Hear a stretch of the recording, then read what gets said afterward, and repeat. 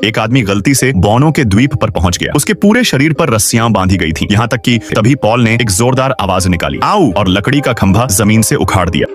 उसी समय जनरल घोड़े पर सवार होकर उसके सामने आया। हाथ में भाला था और सीधा वार कर दिया। कुछ सिपाही पीछे से हुक फेंककर पॉल के भारी पिछवाड़े में फंसा देते हैं और पूरी ताकत से खींचते हैं। पॉल ज्यादा देर तक नहीं टिक सका, धड़ाम से गिरा और बेहोश हो गया। जब उसे होश आया, वो फिर से पांचों हाथ पैर बंधा हुआ था और एक गाड़ी पर लादा जा चुका था। धीरे धीरे उसे बोनो के शहर की ओर ले जाया गया। अगले दिन पॉल को खेत में ले जाया गया, जहाँ उससे हल खिंचवाया गया। तभी महल पर दुश्मन देश के हत्यारे हमला कर देते हैं। जनरल तुरंत दिशा बदलकर पॉल को लेकर महल लौटता है ताकि राजा और राजकुमारी को बचाया जा सके। पॉल तेजी से दौड़ता है, करीब 60 किलोमीटर प्रति घंटे की रफ्तार से। महल पहुंचते ही जनरल उसे नीचे झुकने को कहता है। खुद छलांग लगाकर राजकुमारी को अकेले बचाने का नाटक कि जनरल सिर्फ दिखावा कर रहा है, इसलिए वो पॉल की बेड़ियां खोल देता है और उससे मदद की भीख मांगता है। तभी पॉल आगे आता है, दोनों चिके को एक एक हाथ में पकड़कर सीधा मछली तालाब में फेंक देता है। राजकुमारी बच जाती है और उसे धन्यवाद देती है। अब महल में आग लगी होती है। राजा उसमें फंस चुका होता है। पॉल दौड़ता है, राजा को निकालना चाहता है, लेकिन आग बहुत तेज होती है और उसका हाथ जल जाता है। तभी वो अपनी विशाल अंडरवियर उतारता है और फिर एक पीली धार निकलती है, जिससे कुछ ही मिनटों में आग बुझ जाती है। हाँ, बदबू थोड़ी ज्यादा थी, लेकिन काम बन गया। तभी घमंडी जनरल वहां पहुंचता है। पॉल जब पीछे मुड़ता है तो पूरा प्रेशर सीधा जनरल के मुंह पर गिरता है।